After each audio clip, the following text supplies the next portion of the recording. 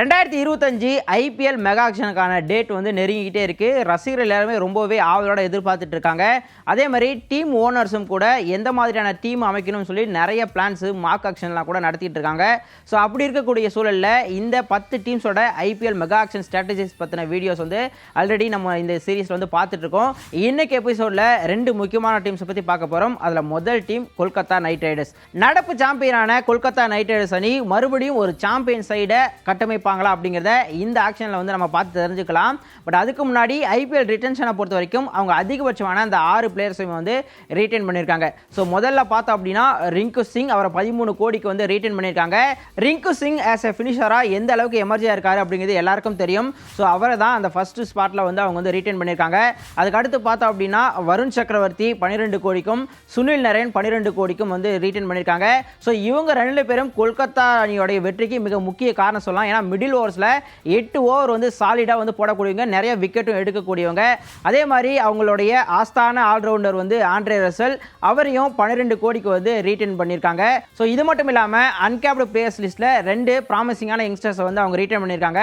அதில் first player Harshit Rana. Last season வந்து அவருக்கு ரொம்பவே அமோகமாக இருந்தது பவுலிங்கில். அதே மாதிரி இன்னொருத்தர் ரமன்தீப் சிங். இவங்க 2 பேரையுமே 4 கோடிக்கு வந்து ரீட்டைன் பண்ணியிருக்காங்க கொல்கத்தா நைட் ரைடர்ஸ். ஸோ ஒட்டுமொத்தமாக இவங்க 6 பிளேயர்ஸை ரீட்டைன் பண்ணிட்டதுனால இவங்களுக்கு வந்து ஆர் டீம் வந்து அவைலபிளாக இல்லை. பட் இவங்களுடைய பர்ஸ் அமௌண்ட் அப்படின்னு சொல்லி பார்த்தோம் அப்படின்னா இப்போ 51 கோடி இருக்குது. ஸோ இந்த 51 கோடியில் இருக்கக்கூடிய மற்ற கேப் எல்லாமே அவங்க ஃபில் பண்ணாங்க அப்படின்னா இவங்களுக்கு ஒரு சூப்பரான டீம் அமையறதுக்கு வந்து வாய்ப்பு இருக்குது. ஸோ இதில் முக்கியமாக கவனிக்க வேண்டிய விஷயம் என்ன அப்படின்னா அவங்களுக்கு கப் வின் பண்ணி கொடுத்த கேப்டன் ஸ்ரேயஸ் ஐயரை வந்து ரிலீஸ் பண்ணியிருக்காங்க. ஸோ ஸ்ரேயஸ் ஐயரை மறுபடியும் எடுப்பாங்களா அப்படிங்கிறத பொறுத்து வந்து பார்க்கணும். ஸோ இவங்க ரீட்டைன் பண்ணிக்கிற அந்த 6 பிளேயர்ஸை பொறுத்த வரைக்கும் இவங்களுடைய பிளேயிங் லெவனில் என்ன மாதிரி பொசிஷனில் இருப்பாங்க அப்படின்னு சொல்லி பார்த்தோம் அப்படின்னா சுனில் நரேன் வழக்கம் போல் வந்து ஓப்பன் பண்ணுவார். அதே ரிங்கு சிங் பொறுத்த வரைக்கும் அவர் வந்து நம்பர் 5 நம்பர் 6 ஆடுறாரு. பட் நம்பர் 5 அவருக்கு வந்து கரெக்டாக இருக்கும். அவரை தொடர்ந்து number 6 Andre Russell, number 7 Ramandeep Singh, இவங்க 3 பேரும் மிடில் ஆர்டரை வந்து பார்த்துப்பாங்க. அண்ட் பவுலிங்கை பொறுத்த வரைக்கும் 2 பிளேயர்ஸாக ரீட்டைன் பண்ணியிருக்காங்க, வருண் சக்கரவர்த்தி and Harshit Rana. So Harshit Rana number 10, Varun சக்கரவர்த்தி நம்பர் 11. ஸோ இது வந்து இவங்க வச்சிருக்கக்கூடிய இந்த 6 பிளேயர்ஸை பொறுத்த வரைக்கும். ஸோ இது போக வேற எந்தெந்த பார்ட்லாம் வந்து இவங்க வந்து அடைக்கணும் அப்படின்னு சொல்லி பார்த்தோம் அப்படின்னா ஓப்பனிங்கில் சுனில் நரேன் ஒரு பக்கம் இருந்தாலும் அவருக்கு அசிஸ்ட் பண்ணி ஆடக்கூடிய இன்னொரு ஓப்பனர் வந்து எடுக்க வேண்டியது அவசியம். Last season Rahmanullah Gurbaz, bill salt எல்லாருமே நல்ல பர்ஃபார்மன்ஸ் கொடுத்தாங்க. ஸோ அந்த மாதிரி ஒரு ஃபாரின் ஓப்பனர் போக போகிறாங்களா இல்லை இந்தியன் ஓப்பனர் போக போகிறாங்களா அப்படிங்கிறத பொறுத்து வந்து பார்க்கலாம். அது மட்டும் இல்லாமல் டாப் ஆர்டரில் இவங்களுக்கு வந்து வேக்கண்ட் இருக்குது. ஸோ டாப் ஆர்டரில் நம்பர் 3 அண்ட் நம்பர் 4 ஆடுறதுக்கு ஒரு நல்ல பேட்ஸ்மேன்ஸ் வேணும். லாஸ்ட் சீசன் ஸ்ரேயஸ் ஐயர் வந்து இருந்தார். அதே மாதிரி வெங்கடேஷ் ஐயரையும் வந்து அவங்க நல்லாவே யூஸ் பண்ணாங்க நம்பர் 3ல. இதில் ஸ்ரேயஸ் ஐயரை எடுப்பாங்களா அப்படிங்கிறது ஒரு மிகப்பெரிய கேள்விக்குறி தான். ஆனால் வெங்கடேஷ் ஐயருக்கு அவங்க ஆல் அவுட் அவுட்டாக போகிறதுக்கான சான்சஸ் இருக்குது. ஏன்னா கடந்த சில ஆண்டுகளாக பார்த்தோம் அப்படின்னா கேகேஆருக்கு வெங்கடேஷ் ஐயர் ஒரு நல்ல பர்ஃபார்மன்ஸ் வந்து கொடுத்துருக்காரு. அதே மாதிரி உங்களுக்கு மிடில் ஆர்டரில் பொறுத்த வரைக்கும் நம்பர் 4க்கு ஒரு பேட்ஸ்மேன் தேவை. ஸோ ஸ்ரேயஸ் ஐயர் லாஸ்ட் சீசன் நல்லா பண்ணார். இப்போ யார் எடுக்க போகிறாங்க? இல்லை நிதிஷ் ராணா வந்து இன்ஜுரியிலிருந்து குணமாயிருக்காரு. ஸோ அவரை மறுபடியும் எடுப்பாங்களா அப்படிங்கிறத பொறுத்து வந்து பார்க்கணும். ஸோ இவங்க முக்கியமாக கான்சென்ட்ரேட் பண்ண வேண்டியது பவுலிங் யூனிட் தான். இவங்களுக்கு சுனில் நரேன், வருண் சக்கரவர்த்தின்னு 2 வேர்ல்ட் கிளாஸ் ஸ்பின்னர்ஸ் இருந்தாலும் கூட ஃபாஸ்ட் பவுலிங்கில் இப்போதைக்கு ஹர்ஷித் ராணா மட்டும் தான் இருக்காரு. So experience fast bowling unit வந்து இவங்களுக்கு தேவைப்படுது. லாஸ்ட் சீசன் பார்த்தோம் அப்படின்னா மிச்சல் ஸ்டார்க்கை 25 கோடி கொடுத்து வந்து எடுத்தாங்க. அவர் அந்த சீசன் முழுக்க சரியாக பர்ஃபார்ம் பண்ணலனாலும் கூட செமிஃபைனல் அண்ட் ஃபைனல்ஸ் வந்து தன்னோட கெத்தை காட்டினார். ஃபைனல்ஸில் man of the match award கூட வின் பண்ணார். ஸோ அந்த மாதிரி எக்ஸ்பீரியன்ஸான ஒரு ஃபாஸ்ட் பவுலிங் யூனிட்டை இவங்க வந்து எடுப்பாங்களா அப்படின்னு பார்க்கணும். ஸோ இந்த இடத்த எல்லாத்தையும் அவங்க வந்து ஃபில் பண்ணாங்க அப்படின்னா மறுபடியும் ஒரு ஸ்ட்ராங்கான டீம் அமையறதுக்கு வந்து வாய்ப்பு இருக்குது. ஸோ அவங்களுடைய இந்த சாம்பியன்ஸ் கப்பை வந்து மறுபடியும் டிஃபெண்ட் பண்ணுவாங்களா அப்படிங்கிறது வந்து பொறுத்து வந்து பார்க்கலாம். இந்த சீரீஸில் நம்ம அடுத்ததாக பார்க்க போகிற டீம் ஐபிஎல் ஹிஸ்டரியிலேயே அதிக ஃபேன் பேஸ் வச்சிருக்கக்கூடிய அணிகளில் ஒன்றான royal challengers Bengaluru. So royal challengers Bangalore அணியை பொறுத்த வரைக்கும் ஒவ்வொரு சீசனும் ஈசாலா கப் நமதே அப்படின்னு சொல்லிட்டு ரொம்பவே பாசிட்டிவ் மைண்டோட வராங்க. பட் ஆனால் ரிசல்ட் வந்து அவங்களுக்கு வந்து சாதகமாக போகிறதில்ல. ஸோ அப்படி இருக்கும்போது இந்த சீசனில் வெறும் 3 பிளேயர்ஸை மட்டும் தான் அவங்க வந்து ரீட்டைன் பண்ணியிருக்காங்க. நம்பர் 1 ஸ்பாட்டில் கிங் விராட் கோலியை 21 கோடிக்கு வந்து ரீட்டைன் பண்ணியிருக்காங்க. அடுத்ததாக டாப் ஆர்டர் பேட்ஸ்மேன் ரஜத் பட்டிதரை 11 கோடிக்கும் யாஸ் தயால 5 கோடிக்கும் வந்து ரீட்டைன் பண்ணியிருக்காங்க. ஸோ இப்போ அவங்களுடைய ரிமைனிங் பர்ஸ் அமௌண்ட் பார்த்தோம் அப்படின்னா 83 கோடி இருக்குது. ஸோ ஓரளவுக்கு நல்ல பர்ஸ் வந்து வச்சுருக்காங்க. ஸோ நல்ல பிளேயர்ஸை வந்து எடுக்க போகிறாங்களா அப்படிங்கிறத பொறுத்து வந்து பார்க்கணும். இவங்களுக்கு ஆர்டி ஆர்டிஎம்மை பொறுத்த வரைக்கும் இன்னும் 3 ஆர்டிஎம் வந்து அவைலபிளாக இருக்குது. அந்த 3 ஆர்டிஎம்மையும் அவங்க வந்து கேப்டு பிளேயர்ஸ்க்கு வந்து யூஸ் பண்ணலாம் அப்படிங்கிறது ஒரு நல்ல விஷயமா பார்க்கப்படுது. ஸோ இவங்களுடைய ஆர்டிஎம் சாய்ஸஸ் அப்படின்னா நிறைய பிளேயர்ஸ் இருக்காங்க. முக்கியமாக சொல்லணும்னா அவங்களுடைய கேப்டன் ஃபாப் டு பிளெசிஸை வந்து அவங்க வந்து ரிலீஸ் பண்ணியிருக்காங்க. அதுக்கு முக்கியமான காரணம் அவருடைய ஏஜ் ஃபேக்டராக கூட இருக்கலாம். ஏன்னா 41 வயசு ஆயிடுச்சு. ஸோ அவரை மறுபடியும் ஆர்டிஎம் யூஸ் பண்ணி எடுப்பாங்களா அப்படிங்கிறது கேள்விக்குறி தான்.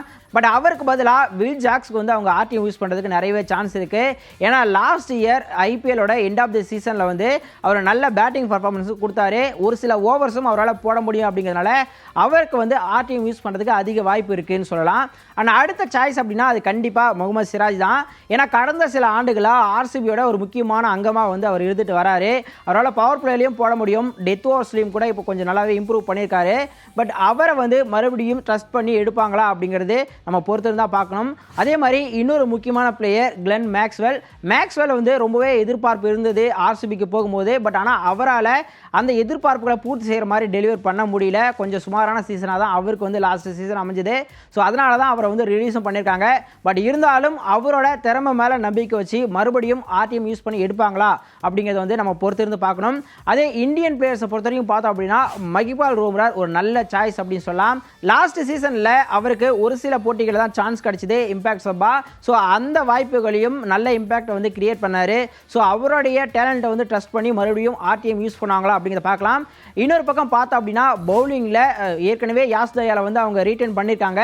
பட் இன்னொரு பக்கம் இன்னொரு ப்ராமிசிங் யங்ஸ்டர் பார்த்தோம் அப்படின்னா வைசாக் விஜயகுமார். அவரும் ஆர்சிபிக்கு நல்லாவே லாஸ்ட் சீசன் வந்து பர்ஃபார்ம் பண்ணார். ஸோ அவருக்கு ஆர்டிஎம் யூஸ் பண்ணாலும் கூட நம்ம ஆச்சரியப்படுறதுக்குல. ஸோ இந்த மாதிரி 3 ஆர்டிஎம் யூஸ் பண்ணுறதுக்கு அவங்களுக்கு ஒர்த்தான பிளேயர்ஸ் இருக்காங்க. ஸோ இதில் எந்த பிளேயர்ஸ்லாம் அவங்களுக்கு கிடைக்கிறாங்க அப்படிங்கிறத பொறுத்து அவங்க டீம் வந்து நல்லாவே செட் ஆகும். ஸோ இப்போ அவங்க ரீட்டைன் பண்ணியிருக்கிற இந்த 3 பிளேயர்ஸை பொறுத்த வரைக்கும் ஓப்பனிங்கில் விராட் கோலி இருக்காரு. அதே ரஜத் பட்டிதர் பார்த்தோம் அப்படின்னா நம்பர் 3 ஆர் நம்பர் 4 ஆடக்கூடியவர். நம்பர் 3ல் லாஸ்ட் சீசனில் வந்து அவர் நல்லாவே ஆடிக்காரு. ஸோ அந்த பொசிஷன் அவருக்கு ஓகேன்னு சொல்லலாம். நம்பர் 11ல் பார்த்தோம் அப்படின்னா யாஸ் தயால் இருக்காரு. பட் மற்றபடி பார்த்தோம் அப்படின்னா இவங்களுக்கு இம்பாக்ட் சப்போட சேர்த்து 12 பிளேயர்ஸ் வேணும்னா ஒரு நல்ல 9 பிளேயர்ஸாவது இவங்களுக்கு தேவைப்படுறாங்க. ஸோ ஆக்ஷனில் இவங்க எதில் ஃபோக்கஸ் பண்ணணும் அப்படின்னு சொல்லி பார்த்தோம் அப்படின்னா கண்டிப்பாக இவங்களுக்கு ஒரு ஓப்பனர் வந்து தேவை. ஏன்னா விராட் கோலிக்கு ஓப்பனிங் பார்ட்னராக லாஸ்ட் சீசனில் வந்து அந்த அணியினுடைய கேப்டன் ஃபாப் டு பிளெசி வந்து இருந்தார். பட் அவருக்கு அந்த சீசன் அமோகமான சீசனாக அமையல. ஒரு சில போட்டிகளில் நல்லா ஆடினாலும் கூட கன்சிஸ்டன்சி வந்து மிஸ் ஆச்சுன்னு சொல்லலாம். ஸோ அதனால் அவரை ரிலீஸும் பண்ணிட்டாங்க. ஸோ ஓப்பனிங்கில் ஒரு நல்ல பேட்ஸ்மேன் வந்து அவங்களுக்கு வந்து தேவை. அதுவும் இல்லாமல் விராட் கோலி வந்து கொஞ்சம் ஸ்டெடியாக ஆடக்கூடிய பிளேயர் அப்படிங்கிறனால ஒரு அதிரடி ஹிட்டருக்கு வந்து போவாங்களா அப்படிங்கிறது வந்து பொறுத்திருந்து பார்க்கணும். ஸோ நம்பர் 3ல் ரஜத் பட்டிதர் இருக்காரு. இவங்களுக்கு மிடில் ஆர்டர் ஒரு மிகப்பெரிய ஓட்டையாக இருக்குது. ஏன்னா லாஸ்ட் சீசன் அவங்க வச்சிருந்த மேக்ஸ்வெல் வில் ஜாக்ஸ் மாதிரி ஒட்டுமொத்த பிளேயர்ஸையும் வந்து ரிலீஸ் பண்ணிட்டாங்க. ஸோ அதனால் மிடில் ஆர்டரில் ஒரு நல்ல பேட்ஸ்மேன்ஸ் வந்து எடுக்க வேண்டியது அவசியமாக இருக்குது. அதே மாதிரி விக்கெட் கீப்பர் தினேஷ் கார்த்திக்கும் வந்து ரிட்டையர்மெண்ட்டை வந்து அறிவிச்சிட்டாரு. ஸோ அதனால் இவங்களுக்கு இப்போ வந்து ஒரு விக்கெட் கீப்பரும் தேவைப்படுறாரு. ஸோ பவுலிங்கில் பொறுத்த வரைக்கும் யாஸ் தயால் மட்டும்தான் இருக்காரு. Foreign fast bowlers last season நிறைய பேர் எடுத்தாங்க. பட் யாருமே அவங்களுக்கு வந்து சரியாக ஃபிட்டின் ஆகலைன்னு சொல்லலாம். ஸோ அதனால் இந்த சீசனில் நல்ல ஃபாரின் ஃபாஸ்ட் பவுலர்ஸ் வந்து இவங்க எடுப்பாங்களா அப்படி சொல்லி பொறுத்து வந்து பார்க்கலாம். ஸோ இந்த மாதிரி கிட்டத்தட்ட ஆர்சிபியை பொறுத்த வரைக்கும் நிறைய ஓட்டைகள் இருக்குது, நிறைய பிளேயர்ஸ் வந்து எடுக்க வேண்டியது இருக்குது. ஸோ நல்ல பிளேயர்ஸ் எடுத்து இந்த சீசனாவது ஐபிஎல்ல வந்து அவங்க கப்பு வின் பண்ணுவாங்களா அப்படிங்கிறத நம்ம பொறுத்திருந்து பார்க்கலாம். பட் அதுக்கு அவங்க எந்தெந்த பிளேயர்ஸை வந்து எடுத்தால் சரியாக இருக்கும் அப்படின்னு நீங்கள் நினைக்கிறீங்க? ஆர்சிபி இந்தந்த பிளேயர்ஸ்லாம் கண்டிப்பாக ஐபிஎல் ஆக்ஷனில் வந்து எடுத்தாகணும்னு நினைக்கிற பிளேயர்ஸை மறக்காமல் கமெண்ட்டில் சொல்லுங்கள். அதே மாதிரி ஸ்ரேயஸ் ஐயரை மறுபடியும் கொல்கத்தா நைட் ரைடர்ஸ் எடுப்பாங்களா, அவங்க வேறு எந்த பிளேயர்ஸ்க்கெலாம் லுக் அவுட் பண்ணுவாங்க அப்படிங்கிற உங்களோட கருத்துக்களை மறக்காமல் கமெண்ட்டில் சொல்லுங்கள். அண்ட் அதே மாதிரி பேலன்ஸ் இருக்கக்கூடிய Mumbai Indians and Chennai super Kings இந்த 2 அணிகளுடைய ஐபிஎல் மெகா ஆக்ஷன் ஸ்ட்ராட்டஜி பற்றின வீடியோ அடுத்து வரப்போது. அந்த வீடியோவை மறக்காமல் பார்த்து உங்களுடைய கருத்துக்களை வந்து ஷேர் பண்ணுங்கள். அண்ட் இந்த வீடியோ உங்களுக்கு பிடிச்சிருந்ததுன்னா லைக் பண்ணுங்கள், உங்களுடைய ஃப்ரெண்ட்ஸ் அண்ட் ஃபேமிலிக்கு ஷேர் பண்ணுங்கள். அடுத்த வீடியோவில் பார்க்கலாம்.